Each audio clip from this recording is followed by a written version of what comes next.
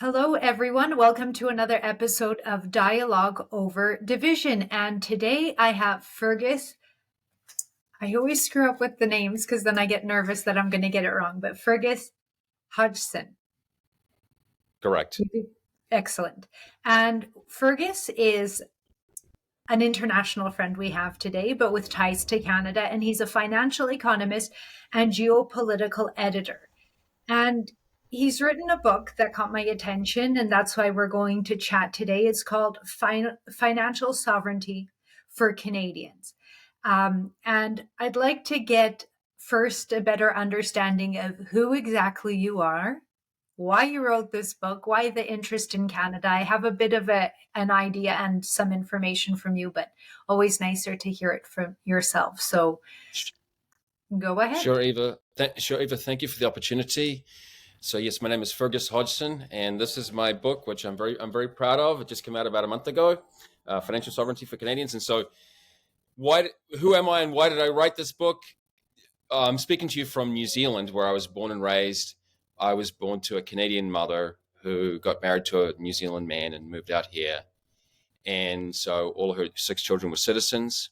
When I graduated college, I went to Canada looking for work. This is 2009. And I got a job out in Halifax, Nova Scotia. I lost that job. But that time in Canada allowed me to build a network there. So in addition to having the familial connection and legal connection, I got to spend more time there than any of my siblings. And I began writing about the country, especially with an interest in the prairie provinces. My mother grew up in Alberta. And I've just had a long affinity interest in Canada, and I continued to write for different think tanks for, I guess, the last 15 odd years. And then when the trucker or freedom convoy happened, I decided there was a serious problem. And I wanted to share my own life story, or challenges perhaps, to address what I saw as a major constituency that basically had zero representation in Parliament. Well, what an introduction. So, yeah, tell me what you mean by that. What is it that, when you say a group that has no constituency, what do you mean? Yeah, so all the people who participated in the Freedom or Trucker Convoy, they were non-political, you might say. They were not of the political class. They weren't related to a political party. They weren't think tank members. They weren't lobbyists.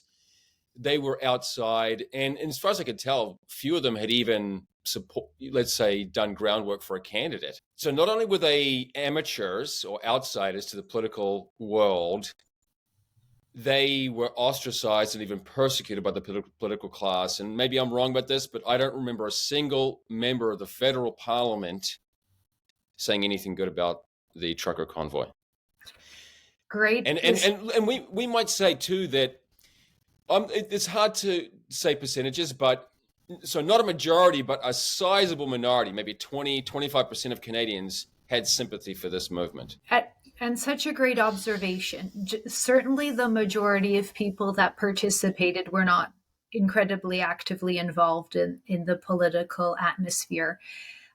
Particularly, I think, on a federal level.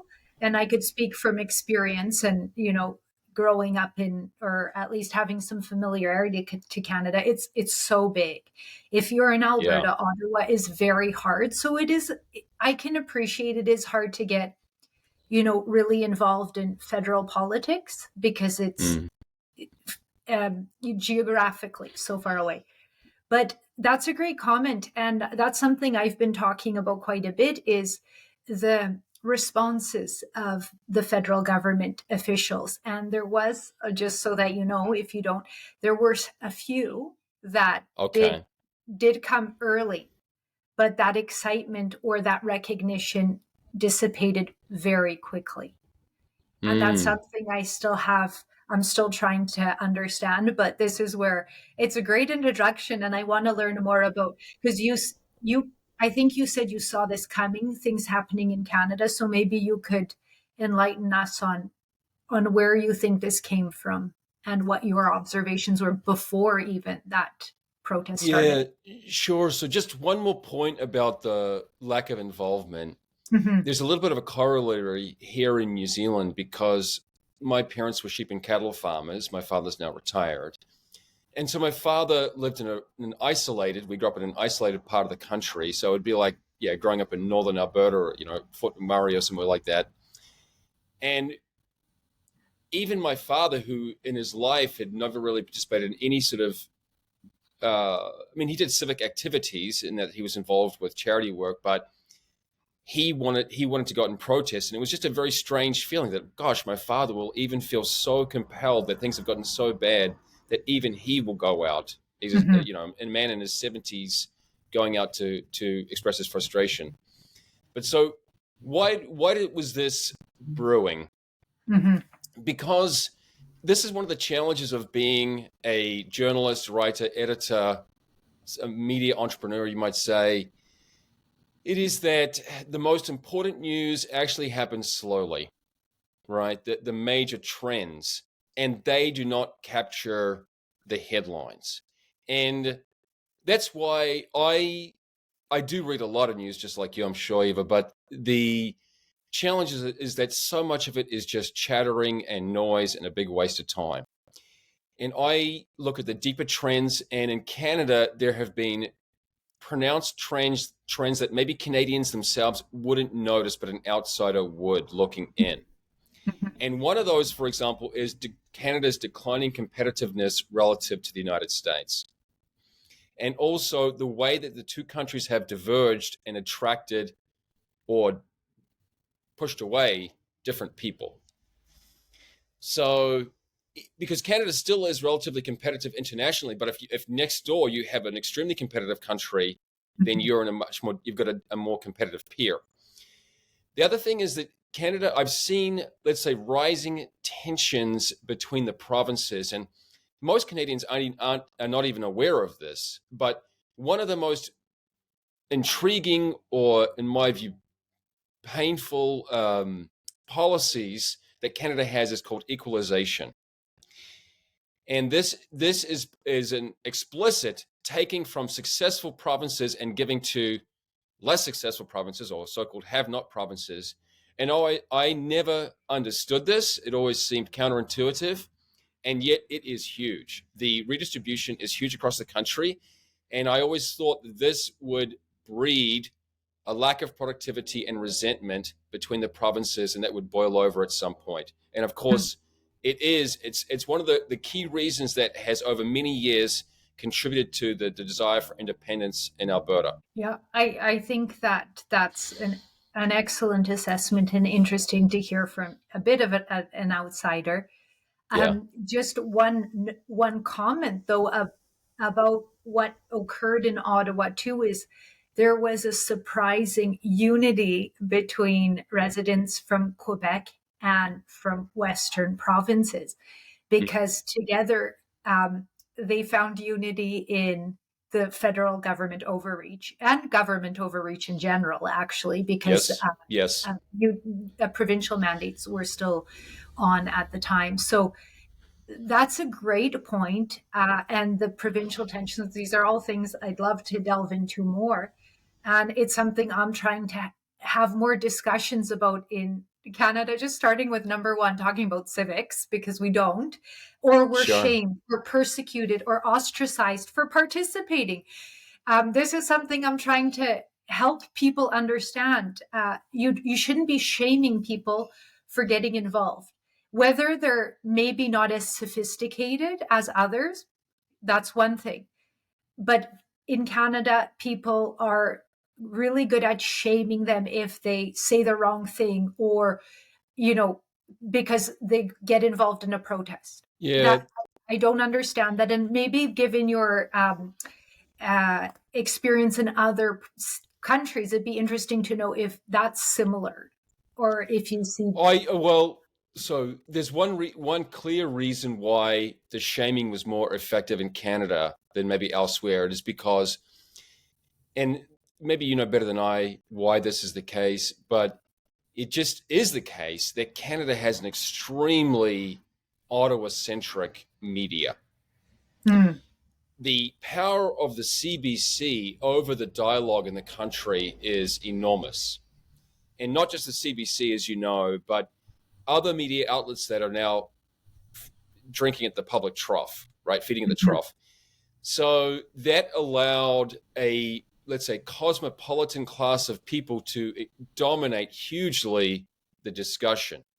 Yeah. And the likes of Rebel Media, the Western Standard, True North, and I'm probably forgetting others, but they are really in a David versus Goliath fight. And the likes of you, just even your own show, you're offering an alternative perspective that normally wouldn't be heard in the legacy media. Yeah, great point. And there was an article, it was True North actually that wrote it. The lawyer that was blacklisted by the mainstream media about myself.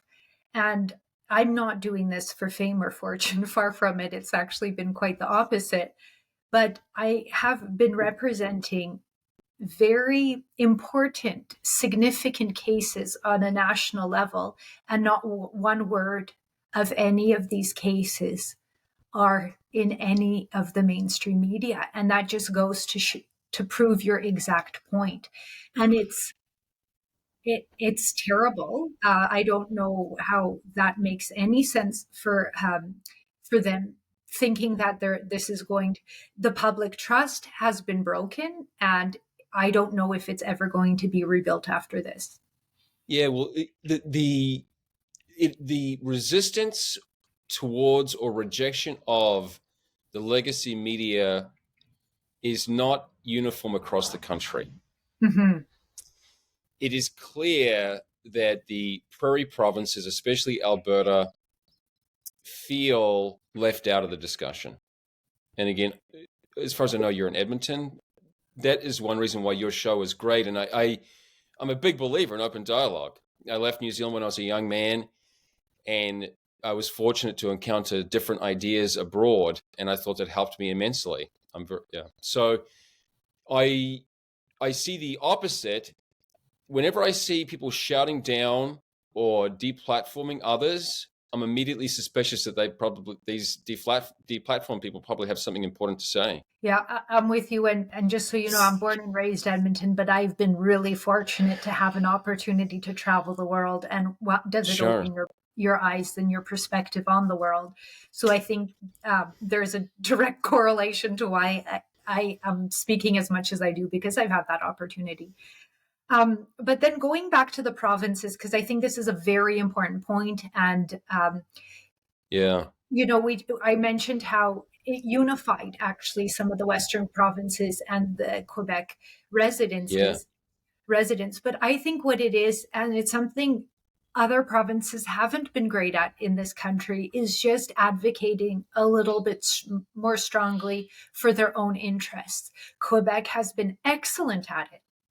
And then as soon as any other province suggests doing the same, they get similarly ashamed or persecuted, like individual Canadians are being, for standing up, for advocating for themselves. And it's interesting, the title of your book, and obviously we're going to get into that, but I wonder if that's a little bit of, if you've seen this is the um, what Canadians have inside, that they're just not, like, in the United States, you see that Yeah. they advocate fiercely for what they believe in.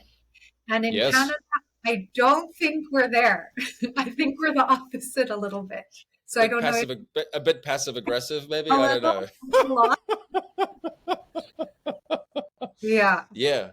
Yeah. Well, the issue, like you said, of the trucker convoy was interesting in that it was not. I mean, I don't have a survey of all the participants, but it was a topic that cut across partisanship, cut across provinces. So it Yeah. did have a beautiful unifying effect at that time. Yeah. I mean, I agree with you. Yeah. And I could tell you on everything, gender, background, everything. It was, and this was one thing that I try to repeat as much as possible too. There were some Indigenous clan mothers, and they Right. actually said that that was the first time they actually really experienced reconciliation in Canada, because it was just like everyone together with working together. And that when she said that, I had like shivers on my Yeah. arm. But that goes to show you how diverse it was. Yet everything you heard outside, thanks to our mainstream media, was that it was the worst people in Canada. Yeah, well, because, and I remember that too. Fortunately, just citizen journalists were uploading live streaming all that was happening, and there was a sense that you could put up a Quebec flag or Canadian flag. No one really cared. Everyone was welcome at that Mhm. event, and there have been all sorts of discussions about why that positive story just didn't make it. Except unless you went straight, like I said, to citizen journalism, you didn't hear about that. Well, and one thing's really hilarious now that we're talking about it and about that is there was one time I was watching the mainstream media while I was in Ottawa, and the words Mhm. coming out of the reporter's mouth were hate and all this stuff. And all of the visuals were hockey and free coffee and hugs. And so if you think about it Yeah, for a little bit longer, was there any images to support that narrative? No. Like, all the worst they yeah. had was the Terry Fox statue with a Canadian flag draped over it. Mm. And really, there were no images or videos of all this hate, except for, of course, the flags that they overused, and we still don't know who they are and where they came from, Yeah, of there course. was a flag positioned, and it just seemed too good to be true. A U.S. or American Confederate battle flag with a truck on it. Yeah, I mean, it just seemed like too prepared for a photo op to me. And the yeah, guy had his face covered and then left right away. Yeah, yeah. And, with all the police there, you couldn't figure out who it was. but it just seems so strange. I'm going, who even flies a Confederate flag in Canada? This doesn't make any sense. Yeah. Yeah, Okay. yeah, yeah. So that's just very strange. And so you're a financial economist and geopolitical editor. I don't Yes. necessarily know exactly what that is. So maybe we could talk about that a little bit too. And the reason I'm asking, so you Mm. know how to maybe frame your responses. One thing I've noticed when I've started to get people engaged and excited about being civically engaged, Yeah. I don't think many appreciate that the financial aspect of their country impacts this discussion a lot. In that, I'm trying to get people excited and motivated about these things. And they're like, well, everything's expensive. I have to think about that now. I don't have Mm. time and I don't have money for this. And Yeah. so maybe if you could help. Well, yeah, there's, gosh, I don't want to open up a can of worms, but so in terms of financial economist, that is where I focus my studies, my research. I have a bachelor's degree in economics. I have a master's degree in finance. I have various professional designations. I just got my KAYA, which is a designation in alternative investment analysis. And I do all sorts of research and consulting, and I've written policy papers on financial regulation. And then in terms of geopolitical editing, because I was successful as a writer early on, naturally that meant, okay, well, why don't you help other people write? And then I became an editor. Right? It was a natural evolution. And now I publish an outlet called the Impunity Observer, which is focused on the rule of law and economic development at the nexus of Anglo and Latin America. So particularly with a focus on Central America. Okay, so why are finances so crucial to freedom? I think Yes. everyone has a sense for this, that if you're wealthier, you have more options, right? This is not really rocket science, but it is becoming ever more relevant in Canada because you are basically about as free as your discretionary income. If let's say you make, I don't know, let's say you make 50K and you are taxed 20K, you got 30 left, and your fixed expenses are about 20K. you've got about $10,000 per year of wiggle room to invest, save, travel, what have you. And as you said, if you have basically zero discretionary income, you're just surviving. You are on a subsistence income. And unfortunately, a good swath of Canadians are actually below that. They're going negative, right? They're going into debt. So if your life is devoted just to surviving, you have no capacity to really forge your own future or resist the power structure around you. And we can take this to the extreme.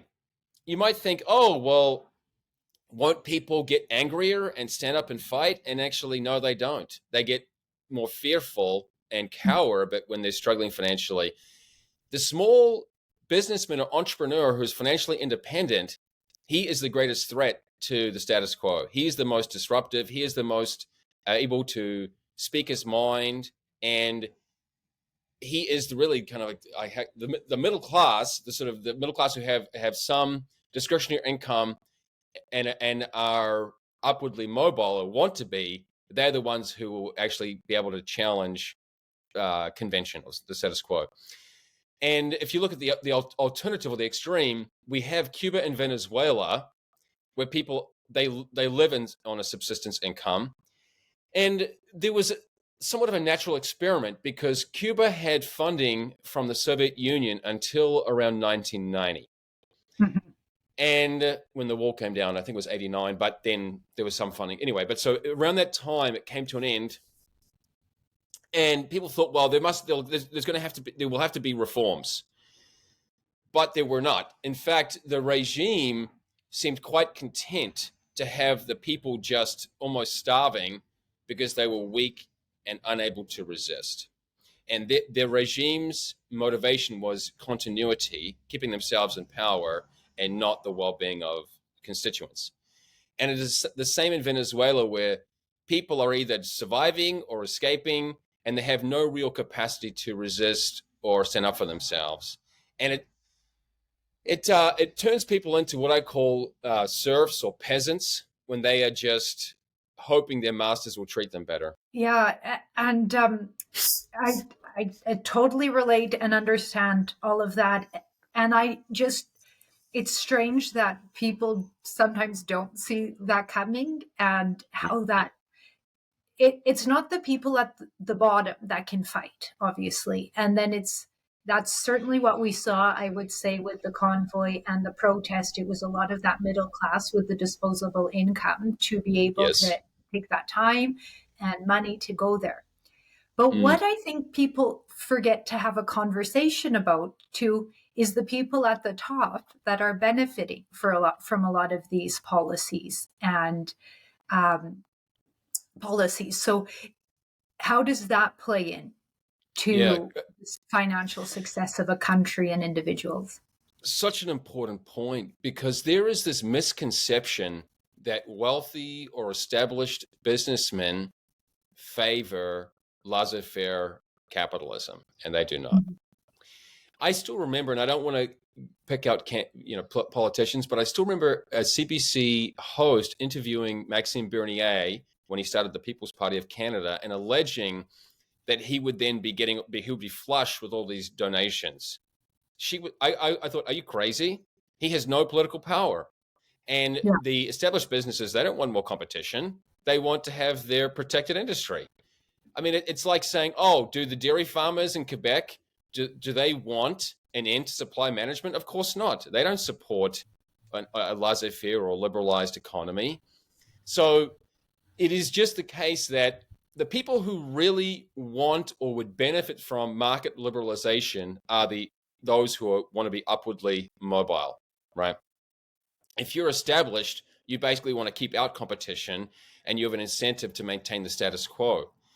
And that's why there are examples that go against this. Peter Thiel is a famous one in the United States, and also Elon Musk now, of entrepreneurs who really try to disrupt the status quo, but they are the exception. Well, and that's interesting because I think for a while that made sense here, but then, and I don't know if you saw Pierre Poilievre's memo to the business community last Friday, I think it was. Okay. And I'm still trying to figure that out, because I think what he's saying is that you've been in agreement with this status quo for so long, but everything that this government is doing is not helping you succeed because of all these new taxes and rules for everything, really, especially with diversity and all this inclusion. He didn't say any of this, and I'm still trying to, Yeah. I'm not part of that world. So I'm wondering if that's where things have kind of tipped now in Canada, is that it went too far to try to uphold this status quo, which in the end really has only benefited a very top tier, high level business. And then the ones that are just under that are not succeeding right now either. Yeah. So well, I don't want to demonize the businessmen, so to speak, because often I feel like they almost have no choice, that their hands are tied. Yeah. Yeah. And Yeah. I don't mean to demonize them at all, because I think we forget how much they contribute. And I was a small business owner, and until I started that, I cannot appreciate how much work it is to start a business. So I don't mean to demonize it, but I'm trying to understand the benefits with business government policy. Yes. So one of the reasons why I try to avoid demonizing is that if you have a government apparatus that controls easily half of the workforce, this entity's purchasing power is astronomical. Further, if you happen to be a business located in one of these have-not provinces like New Brunswick or Nova Scotia or Newfoundland, you will struggle. There just is not the purchasing power among the regular constituents. The biggest purchaser is the government itself. So if you want to have a successful business, your customer is probably going to be government, for better and for worse. And you don't want to threaten or create hostility with that entity. Okay. Yeah. The problem is that eventually the government will come for you too. And this has happened. Nicaragua is a famous case where basically they have a dictatorship there. The major established businesses just sought to have a collegial relationship with the government, whoever was in power, and however this man got into power. And initially, the ruling class will have some deference or just leave the, let's say, ruling business elite alone. But eventually, the ruling class will grow so powerful and so parasitic that they will even want to consume the ruling business class. And that is what is happening to Canada, in that it's getting so parasitic, the taxes are getting so high that the businesses are struggling to remain afloat. And also, the investment into Canada is not keeping up with immigration and birth rates. So therefore, the capital per worker is going down. So just the general productivity of Canada is going down, and businesses will feel that. So, Yeah. like I said, initially businesses, they face no choice, but in the end, it'll come for them too. Yeah, and really well said. That's what I was trying to figure out in my head, and how that worked. But I think you explained it very well. So thank you for that. And I hope that's, at least this is what I'm trying to get out with these podcasts and these messages, is so people at least can turn their mind to it and question these things and start to wonder why things aren't going very well. They're not. I mean, and I don't want to be a big doom and gloom man, but they really are not going that well in Canada. And there are all sorts of data points you read and you think, oh gosh, so even Ontario is as poor as Mississippi. So basically every state is wealthier than almost all the provinces of Canada. And you think, how can that be? We live right next to each other. And Canada probably has far more natural resources per capita. How are we poorer than the Americans? It doesn't make a lot of sense. Good point. Excellent. And so does this really just come down to government policy, or is it inactivity by citizens to hold government to account? Is it the mainstream media? Is there an easy solution? I'm not doom and gloom. Everything, we have an opportunity to change if you ever watch my message. So I don't know if Okay, you have. so why is Canada struggling to compete with the United States? Yeah, that it is a long historical question, but there have been times when Canada was much more competitive with the United States, and even maybe it was 20 years ago, the Canadian dollar, the loonie, was buying more than $1, right? So not that long ago. Yeah. So it really is. It does appear that in the last generation or two, something has changed in Canada that has made Canada less competitive with the United States. And my personal view is that it largely is the centralization of powers in Ottawa versus decentralization among the provinces, Mm-hmm. because that has made for a much less dynamic, less competitive, just less efficient place. So, that's my take, that the natural competitiveness in Canada has gone down, whereas in the United States, there's almost been somewhat of a renaissance of state defiance. Why that is, it's a complicated question, but it is the case that even progressive states like California and Colorado, where I live, somewhat progressive, have said to the federal government, we just won't obey you. We'll just do our own thing. Thank you very Yeah. much. Yeah, we Yeah. will not obey you. Yeah. And we will peacefully decline to accept your rule over us on certain issues. So, for example, when it came to medical cannabis, they just said, we will start our own business. You can declare it's illegal. Go ahead. Try to enforce it. Interesting. And I don't know if you've seen Scott Moe in Saskatchewan. The premier has Yes. said that he's not paying, and in response, the CRA federal government said that they're going to audit the province or something to that sort. So it's like, Yeah, vengeance. Yeah. yeah, exactly. So again, we're going back to, and you started with this, persecuted and ostracized. Anytime you try to stand up for yourself or your province in this country, it's you're shamed, you're put down, you're disparaged. Well, the way that the CRA, and I was not aware of that story, but it is Yeah, delicious. The way the CRA is going after the province, it shows the vindictiveness of Ottawa officials, and also the way that the tax system, we think it is a system of wealth extraction, and it is, but it is also an extremely effective system of control. mm, A man I admire called the income tax an instrument of tyranny, because once you have a graduated income tax, you can carve out all sorts of exceptions to pull people in whichever way you want. You can yeah, say, oh, I'll give you a tax break if you have another child, so people should have another child, or oh, I'll give you a tax break if you go to this particular education system. And people obey it. Unfortunately, they're almost glad to. They don't realize they're being manipulated through a convoluted tax system. yeah. Yeah. Yeah. And even to ask questions about it. Why is it? Where does this go? I had somebody on my podcast talking about the carbon tax. And if you just Yes. think about it for more than a couple seconds, how is that helping the environment by taking money? And even to go further, that's not even the goal of it, if you look at it. Mm. It's to manipulate behavior. And they actually Absolutely. say it. And they Yeah. say that. So are you taking that money and putting it into trees? No. So let's just be honest about it. And then in turn, I think they know the message gets mixed when it comes down through the telephone tag that it does.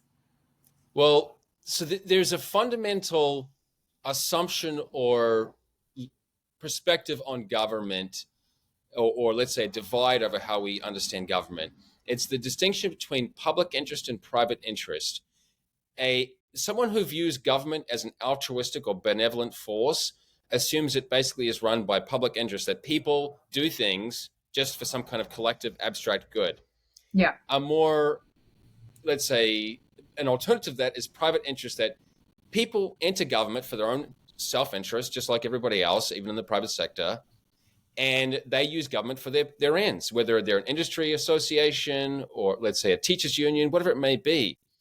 And the second view of government, which is a more enlightened, in my view, realistic view, has spawned what's called public choice economics. If anyone listening to this just wants to look into one term, public choice economics, if you can understand that, you're halfway there to understanding the problem. And that basically says that we have to see government as self-interested, or people in government as self-interested, just like everyone else. They're not angels. Yeah. And therefore, they will use government for their own purposes. So they can claim whatever they want. So, for example, in many states in the United States, and I don't know, maybe this applies at the local level in Canada, there has to be basically an election or a vote, approval from constituents before any tax increase or any bond issuance. Mm-hmm. And there's basically been a general recognition or finding that people will reject these. They will say no. A majority of people do not want higher taxes or more debt issued.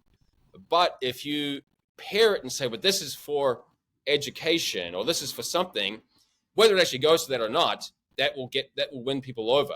And so that plays on the assumption that this money is actually going to be used for some kind of public interest rather than the interest of the parties who are pushing for it. Mm-hmm. And so that, like I said, that's the fundamental assumption about government or view of government that people need to realize, that government is made up of individuals pursuing their own self-interest, and whether you like it or not, that's just the reality. It's not some benevolent entity that just exists outside of human self-interest. And I'm so glad you said that, because I hear all the time here is everything just needs to come crashing down and then we rebuild it. And my response always is, and then what? It's going to be made up of individuals that, like you explained, will be doing the same thing. Unless you get involved and unless you advocate for change from the outside or from inside, because you don't agree with these things, nothing is going to change. It will be recreated exactly the same way. Unless I'm wrong on that. Your thoughts? No, I'm with you on that. I'm not for some kind of slash and burn approach. And a lot of people want that. And unless there is some kind of enlightenment simultaneously, we will build exactly the same problems all over again. Yeah. Yeah. So, and I'm just aware of this because I don't know, I've known many radicals in my life, and I've just thought, well, people voted for a lot of these policies, right? I mean, that they want them, that people expect government education or they expect socialized medical care, whatever it may be. It's not like you can just flick a switch. And there was a famous or classic book that came out about 30 years ago called Crisis and Leviathan, which explained the growth of government throughout history, specifically focusing on the United States. But there were two chapters that addressed what happened in New Zealand and what happened in Chile, because these are two countries where, just by some accident of history, there was a rapid decrease in government intervention. In the case of New Zealand got into a debt trap, basically, where they could not pay even the interest on their debt, so they had to just sell off government assets like crazy and liberalize. And there was an astute accountant who was in the Labour government at the time, a guy called Roger Douglas, who's still alive. He liberalized enormously. And in Chile, what happened is that a military ruler got in power, Pinochet, and he also listened to Milton Friedman and some Chicago University economists and liberalized heavily. However, in both cases, because there was not support for these policies, broadly speaking, in the country, or an understanding of them, as soon as those people got out of power, both places just started going right back to what they were before. Interesting. Yeah. Yeah. Totally speaks to the point. And I hope everyone in Canada is listening that wants to everything to come crashing down, because it's going to, a utopia is going to be created out of that. But you use the word liberalized a few times when you were talking about that, selling off assets. What do you mean when you say liberalized? Yeah, that's a great point, because the term liberal has been completely butchered in the English language. And liberalism, or now what we would call classical liberalism, refers to the school of thought stemming from Adam Smith and John Locke, basically a respect for individual rights, natural law, and limited government. And liberalization just means to make free, to open up. And of course, in the United States, does not apply so much to New Zealand or England, where we still have more of the British English. But in the U.S. context, and I guess that has bled into Canada, especially because your party is named the Liberal Party. So they're currently carrying the banner of the word. Unfortunately, people get very confused about its meaning, but it does refer to basically the Enlightenment, the best of the British thinkers from the 17th, 18th centuries and 19th centuries, who promoted the kind of scientific inquiry, open discussion, free speech, individual rights, and what really made the West the best, or a great place for civilization. And you started with a definition, and I didn't write it down. It was just freeing up of the market. Opening up of the market. Yeah. When I say up. Liberalize, I mean opening up the market. Yeah. Yeah. Okay. And it's just so interesting because I obviously my audience seems to be more conservative, which is so hilarious to me because I used to represent landowners in Alberta, oil and gas country, Yes. and I used to be called tree hugger, and now I'm being a right-wing extremist because to me all these terms are silly. But I've asked some of my guests when they use the word conservative what they meant. So this was the first time I asked about liberalize, but I don't know if you want to give your definition about that, because that's our parties. That's also, I agree with you, a problem in our federal politics is one party is called the Liberal Party, and you would think it has some of these ideas we talked about. And then the other one is called the Conservative Party, which has often negative connotations with wanting to take away people's rights. And I don't think this applies to Canada 2024. And I think we really have to start having these conversations about what these terms mean and stop just pretending it's what it was 10 or 20 or 50 years ago. Yeah, this is an important discussion about the manipulation of words. And I'm reading a book right now, I'm halfway through, on what wokeism is, or how social justice has taken control over universities. And it's based. No, it's Francis Wooderson recommended it, and I don't have it in front of me right now, but basically it's an examination of what's called postmodernism. Mm-hmm. And postmodernism is a challenge to Western civilization and the scientific method. And it asserts largely that objective truth does not exist, and what we know is contextual and based often just on the words we use. And so they obsess over reframing things, or the use of language, and redefining words. So, for example, and I'm not sure whether this is used so much in Canada, but always when I first came to the United States, a neutral term was illegal immigrant. If you came to the United States without approval, you're an illegal immigrant. That is hate speech now, right? And it used to be even illegal alien, right? So, yeah, words are important. And that's why, unfortunately now when I say liberal, often I have to say classical liberal, right? The original definition. Mm-hmm. But usually people understand when you say liberalize, or a liberal market, or liberal values, you mean openness, tolerance, respect for individual rights such as free speech, property, limited government. That's what the classical liberal meaning was. And so I would, my personal view is that the modern Liberal Party of Canada is extremely illiberal, and I would call them basically totalitarian, or almost like a form of progressive totalitarianism, because their vindictiveness or vengeance towards people who disagree with them is off the charts. They have incredible intolerance. Yeah.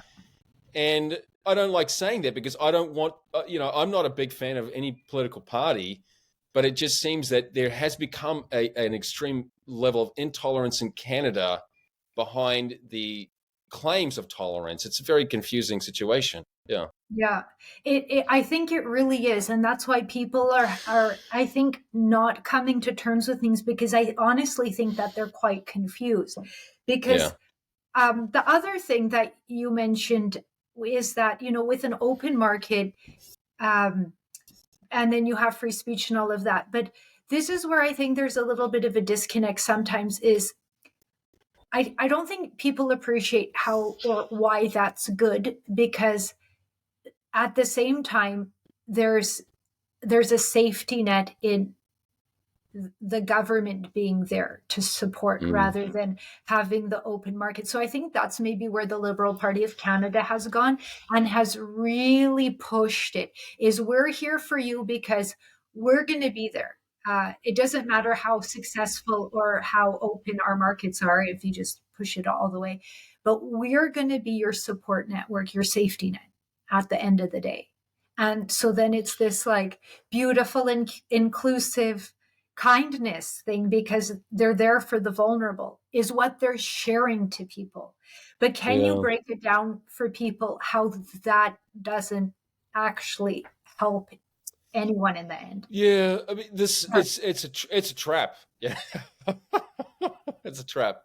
And there was a gentleman who's passed away now, but a great thinker, Harry Brown. He wrote, before I wrote my book, he wrote How I Found Freedom in an Unfree World back in the 1970s.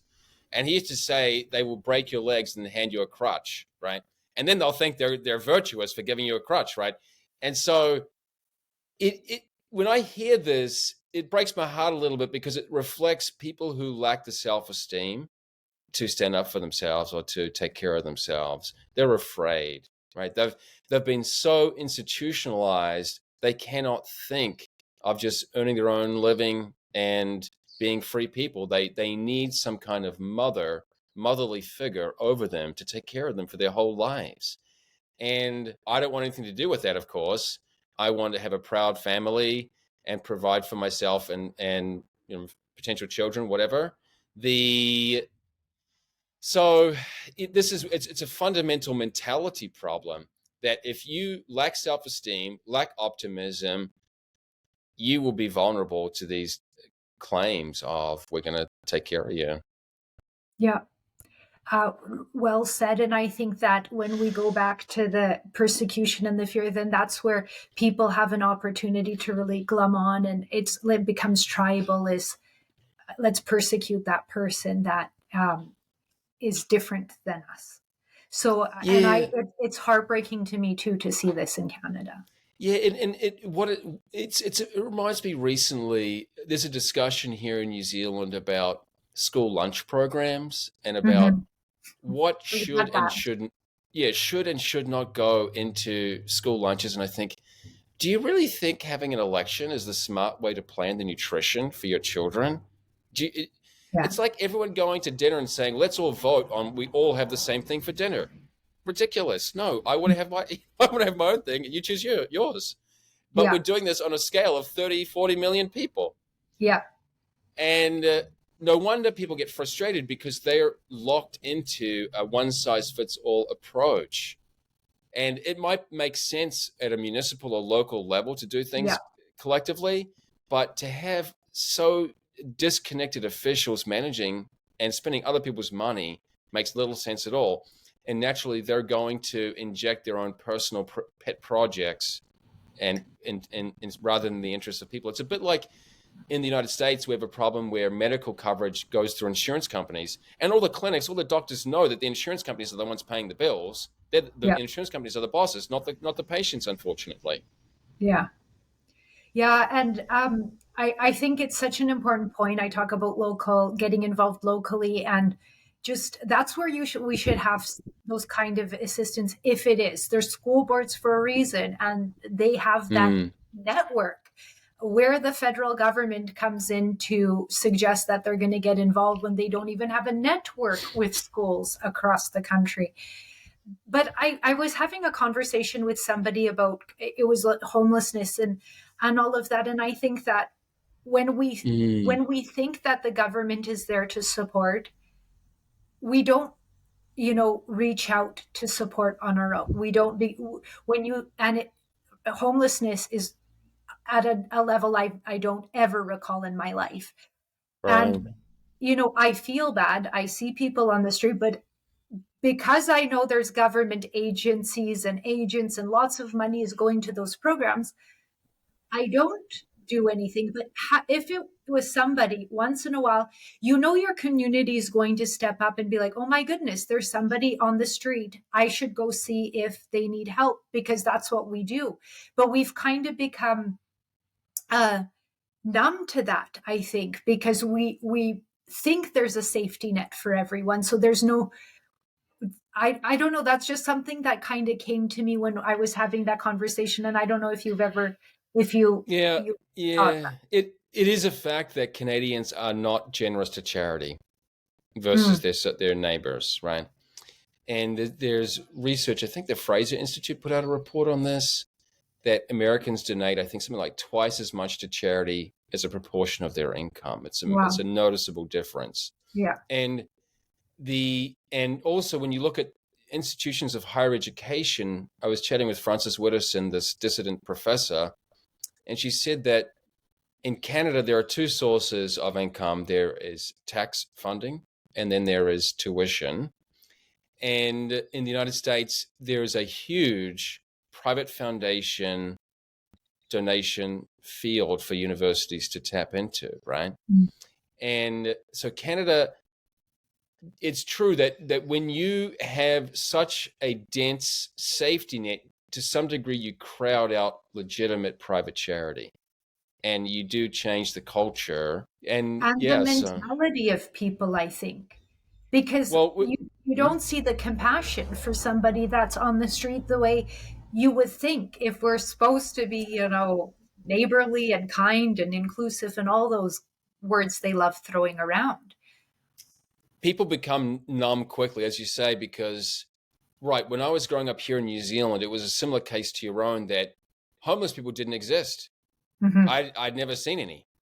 So if someone were on the side of the street or sleeping, we would have gone to try to help that person. Right. But Yeah. now, when I came back to New Zealand a few years ago, I saw someone begging on the corner and thought, what? We have beggars now? When did that happen? So Yeah. something has changed, and we've become numb to it. I was not numb because I just arrived home after a few years away, but you rapidly become numb to it, and you don't know how to engage with it. Yeah. And Well, and as you say, homelessness is just huge in Canada. yeah. It is out of control. Housing affordability is a major problem, and so now you have people who even have jobs don't have a place to live. Yeah. Well, and we didn't, and we're not going to touch it, but the whole legalizing hard drugs, way to make things more difficult for people. Don't give them a home, give them drugs. So Yeah, it's what's going on. It's sad. Like you said earlier, it, it is confusing because in some ways, kind of, maybe I'm not sure whether it is intuitive or not. It is strange, but progressive socialist types seem to have no problem with debauchery. Mm. So that's the one type of freedom they're willing to accept. And I'm not trying to judge anyone for using drugs or whatever. I do believe in freedom of choice, but it just seems weird that they will control or regulate almost everything, but things that are actually harmful for you. So Yeah. I've said on another show that I grew up on raw milk. My father milked a cow by hand, and I'm a big advocate for it. I think pasteurization and homogenization kill the goodness in milk, and milk, just healthy, natural raw milk, is illegal across 100% of Canada. Can you I believe it? know. And yet all these drugs are all over the place. If there were raw milk, there'd be some kind of official on it in a second. Yeah. It's very confusing that, okay, you're willing to accept this kind of absolute garbage for people, but a wholesome product that cannot stand. Well, and I'm with you about freedom of choice, but let's inform people first. Let's help them understand. Because I think even when we talk about grocery food or how much sugar is in a soda, from country to country, it is different. And people don't recognize that. They think Mm. a Coke can in Canada is going to have the same sugar content as in another country, but it's regulated differently. Let's elevate the conversation so that people understand these things first rather than just pretending like we're just letting everyone have a choice. Yeah, because a lot of people, unfortunately, have conflated government rules with what is right and wrong. Yeah. And I cannot stand drugs. I don't use any. I don't even drink. I mean, I just find it frustrating sometimes that if a government rules that something is illegal, that suddenly it must be healthy or something like that. I'm going, that doesn't Yeah. make any. It's not true. It's not true. Yeah. And where I live, for example, one of the downsides is that I smell drugs all the time, and I don't appreciate it. Yeah. Yeah, so it is a challenge how to navigate that issue because some things are harmful to your body and do Yeah. cause let's say secondhand effects, and how we reconcile that with your individual freedom within your own home. That's a challenge. Yeah. Yeah. But so my only thought for it is elevating the conversation. Let's help people understand why some things are harmful and so they can make a more informed and educated decision too. But anyway, I didn't mean to go there with this discussion. I did. That's I think fine. we had a very great, wholesome discussion about some of the issues, problems, and areas we need to work on. But then, how can your book help Canadians understand some of these issues and how to gain some sovereignty? Yeah, good question, Eva, because you are really promoting civic engagement, and there is a place for that. I'm in my book, I'm seeking to offer what is called direct citizen action. So that is where you make changes in your own personal life to be freer and or to promote a free society. So a notable example would be moving from one jurisdiction to a more favorable jurisdiction. So already in Canada, people are moving to Alberta like crazy because it is more business friendly. And another example is focusing on either private or home education because it is such a challenge when you give your children over to public union government school teachers for whatever 12 or 13 years of their lives. That is a huge opportunity for them to have a value change. So there I include a section, well, basically about half of my book is devoted to ways you can elevate your own personal sovereignty or privacy in your life, particularly with a focus on your business and financial plans.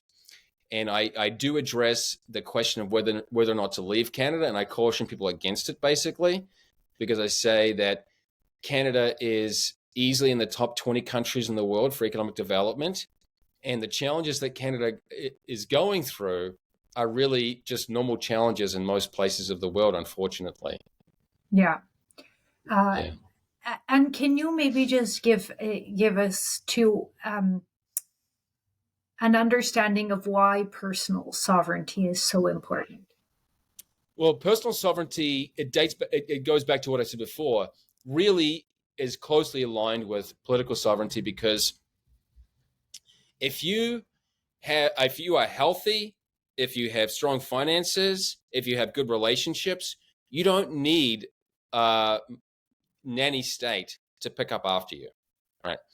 And that's one reason why a free society generally actually is a relatively socially conservative society because it is people who take responsibility for themselves, have strong families, and don't need. It's almost like a self-contained unit. And then, so if you are stable personally, ideally that'll flow over to your local community, and they too will be largely self-contained and not need an Ottawa to serve them either. So I mean, I think also if you are going to wait around for a political class to change, you will be holding your breath, right, for a while. And because I've worked so much with think tanks and I see how little they achieve, unfortunately, uh, I say if you want to actually achieve it, you better take direct action, right? Yeah. Don't wait for other people to change for you. And just voting is not, that's not going to be enough. Yeah. Well, Yeah. that was a perfect addition.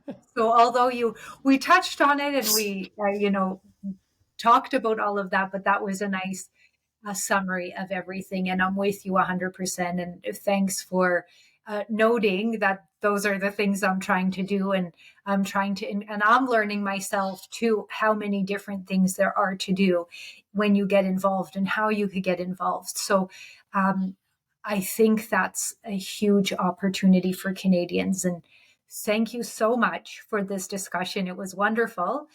Where can people find your book?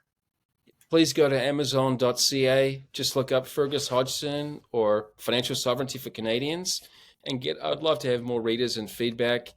And also, if you're in Alberta, there's an event on May 25, Capitalism and Morality in Calgary.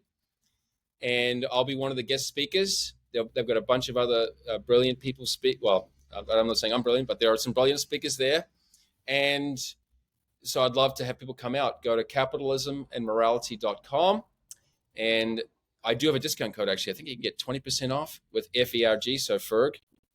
And I'd love to see people there, and so we can chat in person. And where can people find you too? The best place is Twitter if you want more just political chat. If you want more financial material, LinkedIn. Okay, Yeah, perfect. yeah.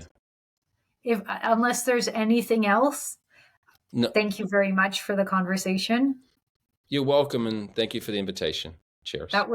That was wonderful, and I'm going to keep you for a few more minutes for the paid X subscribers. So Woo! hold tight, everybody.